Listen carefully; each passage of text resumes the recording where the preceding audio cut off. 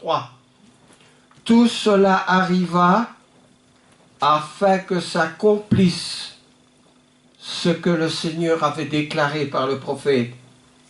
Voici la Vierge deviendra enceinte et elle enfantera un fils.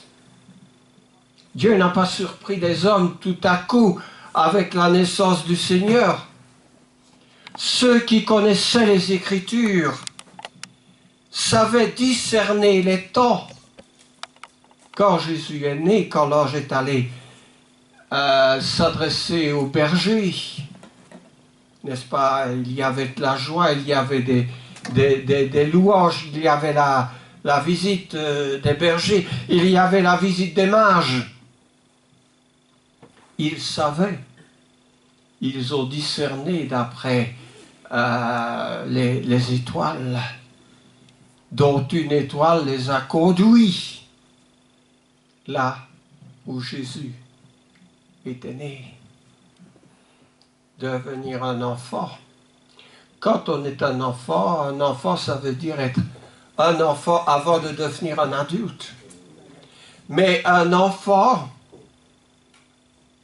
a besoin que l'on use de prévenance. Il y a nécessairement l'éducation.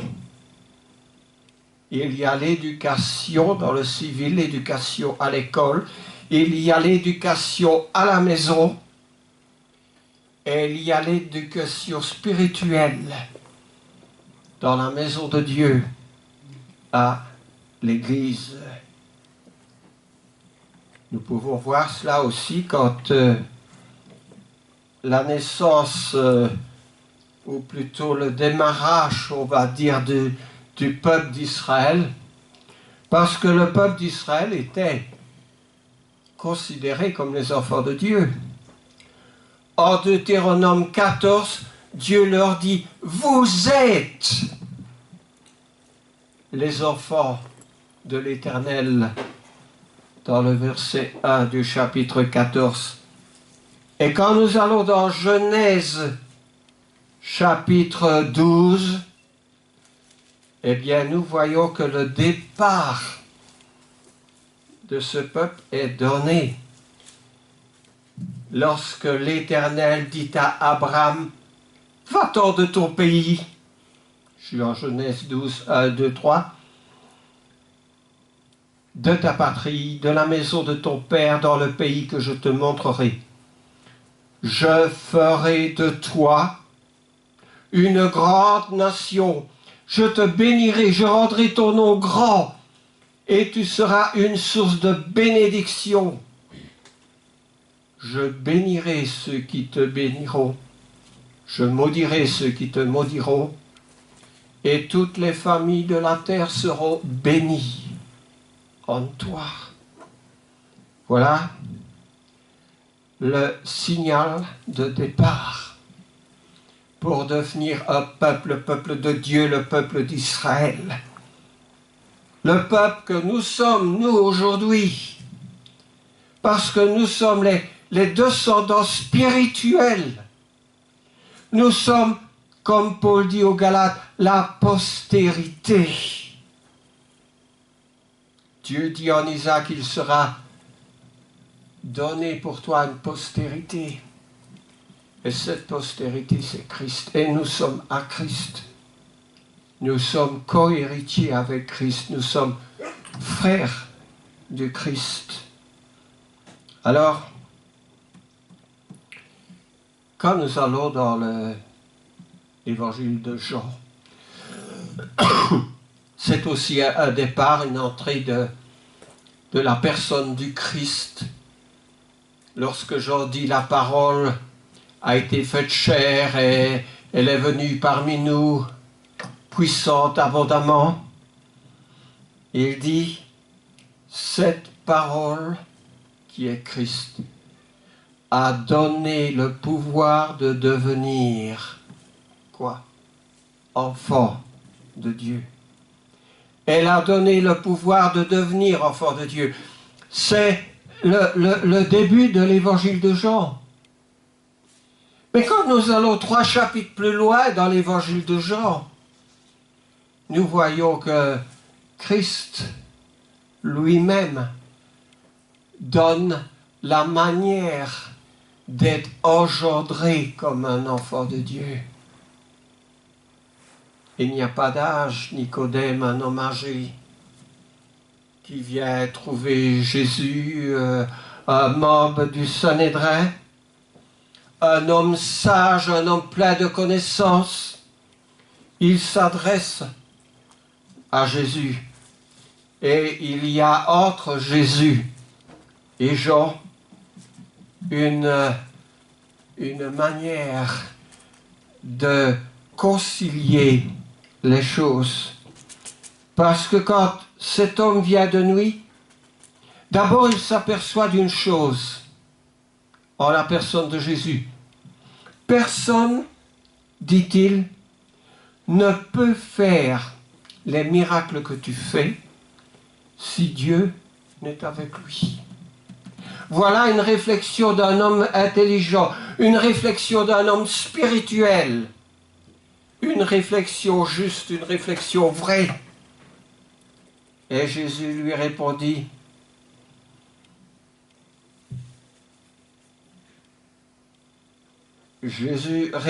exactement ceci, je prends Jean chapitre 3, en vérité, je te le dis, si un homme ne naît de nouveau, il ne peut voir le royaume de Dieu. Jésus invite Nicodème, qui a déjà tout pour lui dans les fonctions qu'il exerce, à naître de nouveau. Alors, Nicodème lui dit, si un homme ne vient pas de la part de Dieu, personne ne peut faire les miracles que tu fais. Jésus n'est pas tout de suite en train de lui dire, ah oui, Nicodème, tu as raison, tu as tout à fait raison, moi je l'ai fait parce que je suis le Christ, parce que je suis Dieu, etc. Non, Jésus ne voit pas les choses de cette manière, de se glorifier. Jésus coupe un peu court à la conversation de Nicodème et lui dit, si un homme ne naît de nouveau, il ne peut voir le royaume de Dieu. Et Nicodème aurait pu dire, mais tu sautes du coq à l'âne, moi je te parle des miracles et toi tu me parles de naître de nouveau. Quelquefois, en Christ, il faut sauter du coq à l'âne comme ça, parce qu'il pose la question, comment, dit-il à Jésus, un homme peut naître quand il est vieux? Peut-il rentrer dans le sein de sa mère et naître de nouveau? Et Jésus lui répond, si un homme ne naît d'eau et d'esprit, il ne peut entrer dans le royaume de Dieu. Jésus coupe court.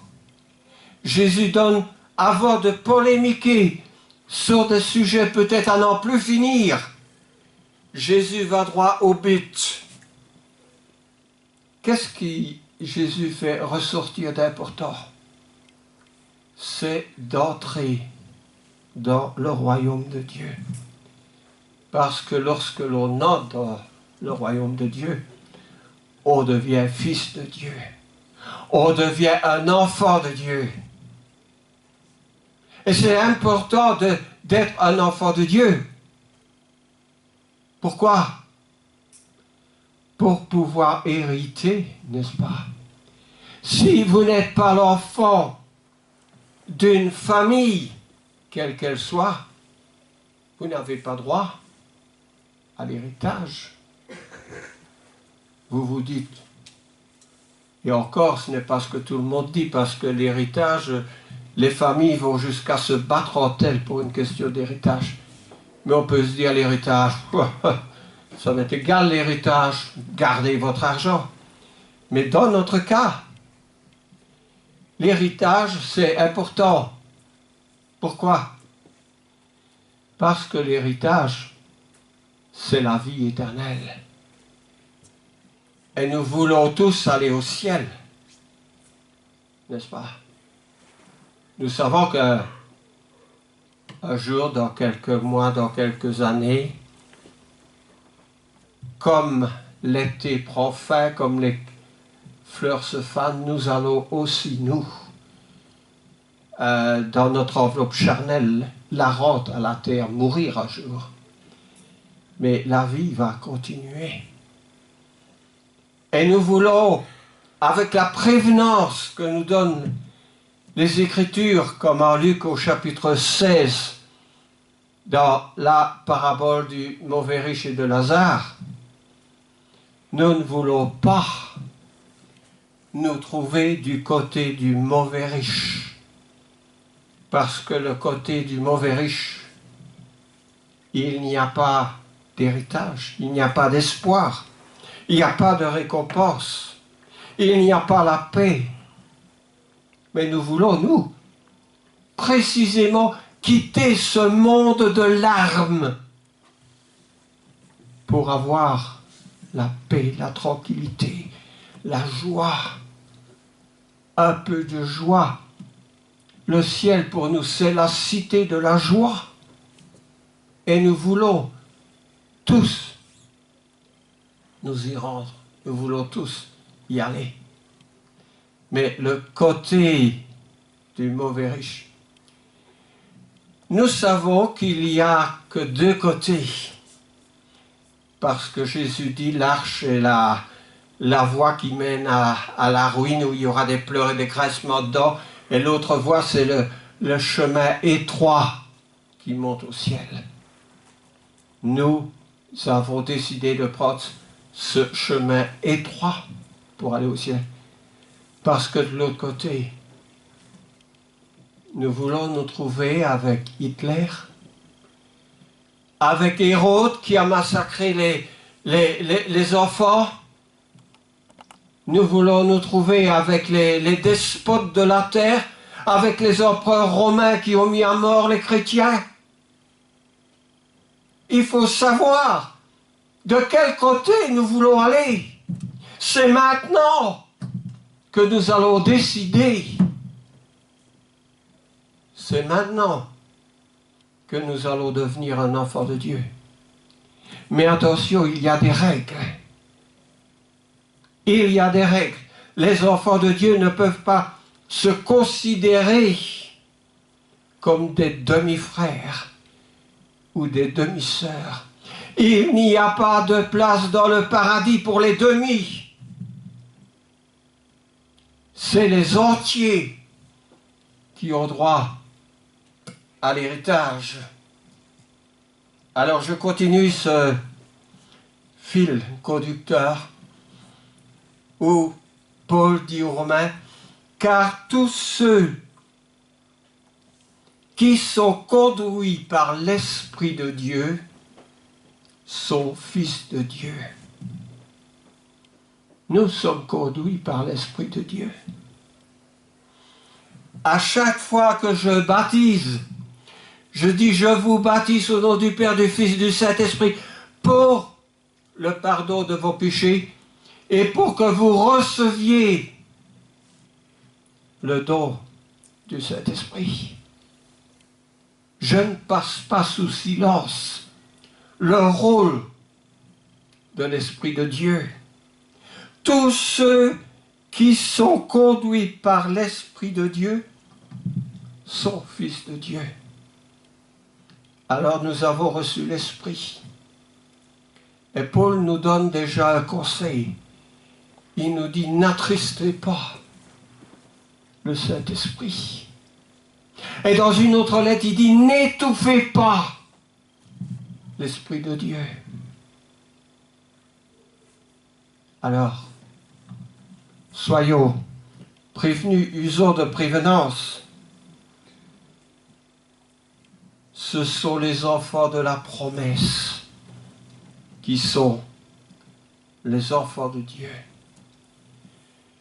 Dans toute notre Bible, nous trouvons ce terme, la promesse. La promesse à la naissance de Jésus. La promesse à Abraham, n'est-ce pas? Je bénirai tous ceux qui te béniront et je maudirai tous ceux qui te maudiront. Et quand Paul va reprendre dans ses lettres comme aux Galates, il va parler de la promesse.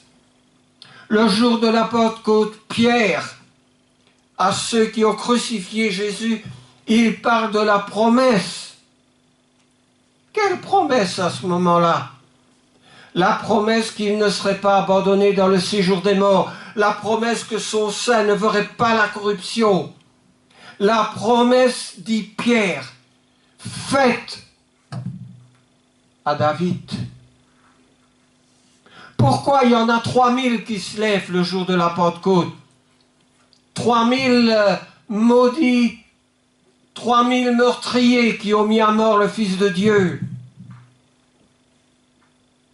Parce que ils réfléchissent un tant soit peu et ils veulent se conduire avec circonspection. Ah oui, Paul emploie ce grand mot aussi. Circonspection, nous le verrons un peu plus loin. La vie éternelle. Eh bien, la vie éternelle, elle est liée à quelque chose. En Jean au chapitre 17,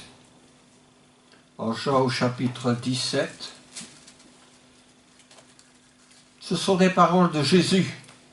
Ce n'est pas n'importe quelle parole. Eh bien, je prends Jean 17. Et dans le verset 3, Jésus dit, il dit ceci. Or, la vie éternelle, c'est quoi? Jésus dit, c'est qu'ils te connaissent, toi, le seul vrai Dieu, et celui que tu as envoyé, Jésus-Christ. Comment peuvent-ils connaître Jésus-Christ? Eh bien, nous le connaissons par les Écritures, mais nous le connaissons aussi par ceux qui prêchent la parole de Dieu. Comment donc invoqueront-ils celui en qui ils n'ont pas cru? Et comment croiront-ils en celui dont ils n'ont pas entendu parler? Et comment en entendront-ils parler sans prédicateur? Et comment y aura-t-il des prédicateurs s'ils ne sont pas envoyés? Dieu a tout prévu, n'est-ce pas? Pour que son nom, à travers les siècles, siècle après siècle, soit publié pour qu'on parle de lui. Vous pouvez aller dans tous les siècles. Il y a des gens qui sont des maudits, il y a des moqueurs, il y a des pécheurs, mais il y a aussi des gens qui parlent de lui, qui se réunissent en son nom, des gens qui l'adorent en esprit et en vérité. L'apôtre Paul en 2 Corinthiens au chapitre 5, 2 Corinthiens au chapitre 5 et au verset 1, il parle de la vie éternelle. Si j'arrive à l'ouvrir.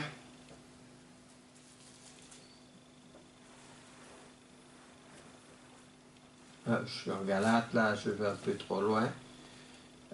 2 Corinthiens chapitre 5. Ma Bible est en mauvais état, quelquefois il me faut un petit peu pouvoir y arriver. Eh bien, que dit 2 Corinthiens 5, verset 1? Il dit, nous savons, en effet, que si cette tente où nous habitons sur la terre est détruite, nous avons dans le ciel un édifice qui est l'ouvrage de Dieu, une demeure éternelle qui n'a pas été faite de main d'homme. En parlant de la tente, il ne parle pas d'un camp scout. Il ne parle pas non plus des campeurs. Il ne parle pas des gens qui sont en vacances, mais la tente est représentative de notre corps.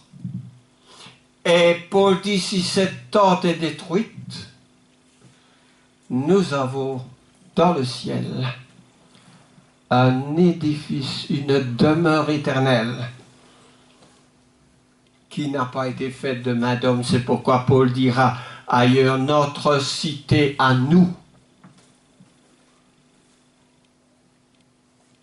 qui peut continuer dans son esprit, notre cité à nous est dans les cieux.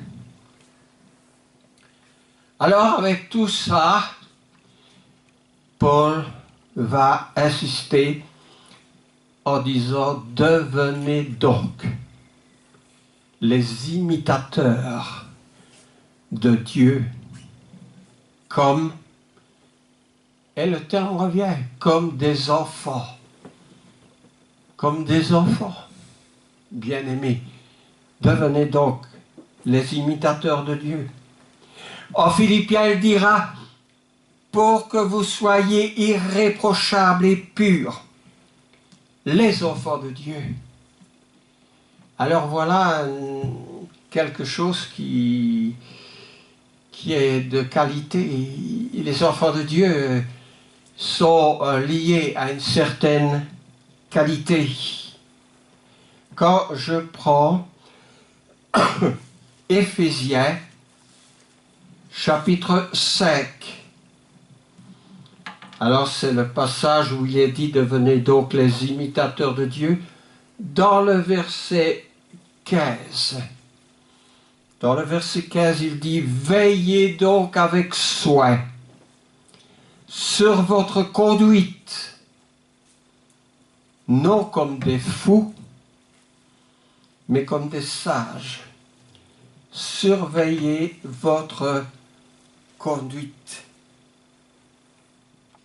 Eh bien, dans cette Bible plus ancienne, qui est très littérale, proche du grec, dans laquelle Paul a écrit, il dit « Conduisez-vous avec circonspection ». Et toute ma vie, quand je suis en Éphésiens, je lisais « Conduisez-vous avec circonspection ». Ce sont dans les nouvelles versions qui ont trouvé que le mot circonspection était vieillot, il tendait à disparaître. Donc conduisez-vous comme des sages. Mais je suis allé au dictionnaire pour voir circonspection. Eh bien, circonspection, ça veut dire discrétion, réflexion, réserve, retenue, sagesse, discernement, prudence. Alors, ça, c'est une manière de nous conduire. Et trop souvent, nous devons confesser que nous ne sommes pas prudents, que nous ne nous conduisons pas avec circonspection, avec réflexion, avec discrétion, avec sagesse. Je peux traduire aussi, quand je vais dans ma Bible grecque, faites attention, donc avec soin. Comment vous vous conduisez? Avec soin. Parce que souvent, nous nous conduisons en blessant les autres. Nous nous conduisons avec un manque de sagesse. Nous nous conduisons avec un manque de prévenance. Et ça fait mal. Et quel que soit notre sœur, notre frère, avec les qualités et les défauts qui se trouvent dans chaque être humain, nous devons nous conduire avec respect, avec prévenance. Parce que notre frère ou notre sœur, ce n'est pas comme un propriétaire d'une maison. Propriétaire d'une maison, on est fâché à cause de quelques litiges. On ne paye plus le loyer. On ne le salue plus. On fait tout ce qu'on peut pour que sa maison tombe dans le discrédit. Mais avec un frère ou une sœur, nous avons des règles. Pour le dire d'abord, ne vous traînez pas devant les tribunaux. Ce qui veut dire quand vous avez un problème, essayez de le régler entre vous. Mais il dit ça aux Corinthiens, c'est dans le chapitre 6 de 1 Corinthiens, vous pouvez à la maison aller vérifier. Notre Dieu est notre propriétaire et nous devons nous conduire avec les frères comme nous nous conduisons avec le Seigneur.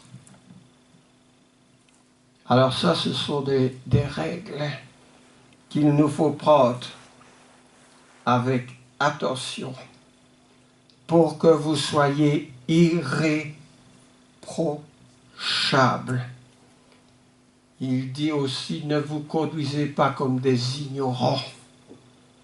Les ignorants, nous savons ce que c'est des ignorants. Mais nous ne sommes pas, nous, des ignorants. Nous sommes des gens avertis, des gens qui agissent en connaissance de cause avec la parole de Dieu, des gens qui agissent avec amour, parce que le Seigneur, lorsque nous étions encore pécheurs, Christ est mort pour nous. Dieu a agi avec amour.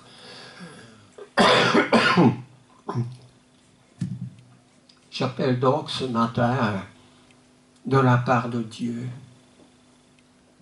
à réfléchir à toutes ces choses.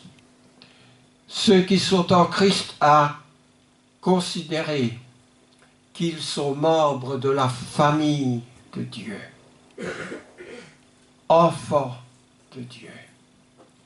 C'est un privilège d'être un enfant de Dieu.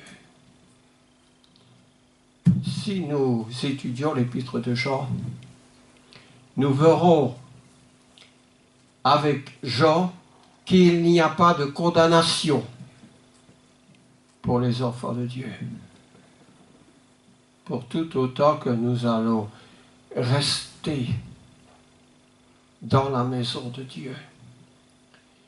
Il se peut qu'il arrivera que nous soyons comme le fils prodigue, voulant aller dépenser notre bien, notre force physique, notre temps, comme ce fils prodigue dans la prostitution ou autre chose.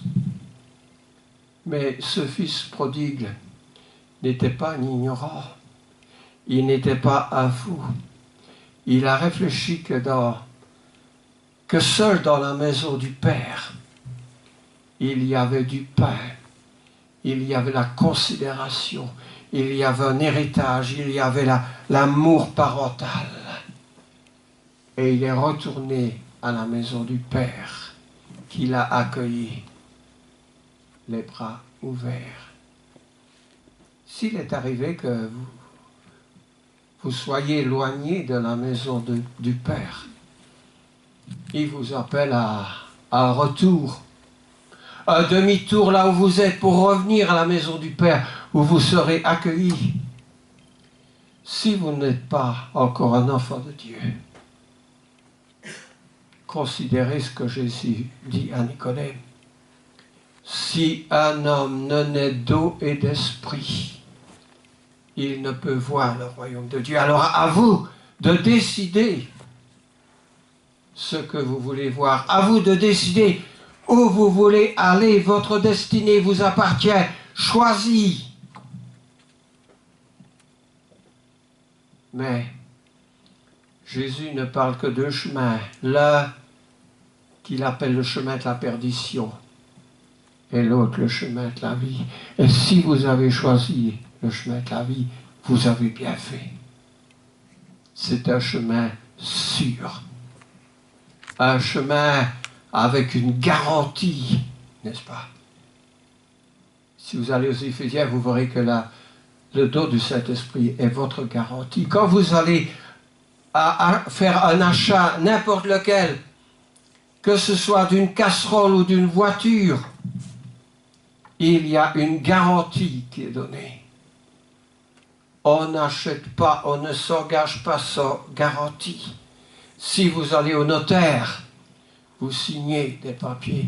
Si vous contractez un mariage, vous signez aussi. Et ce que l'on signe devant les hommes est signé devant Dieu. Et Dieu nous dit que cet engagement est valable jusqu'à la mort, sauf pour cause d'infidélité. Attention, n'oublions pas la règle, parce qu'en toute chose, Dieu a donné des règles. Usons de prévenance. Eh bien, c'est un appel à chacun d'entre nous de considérer aujourd'hui l'appel qui vient de Dieu. Amen. Amen.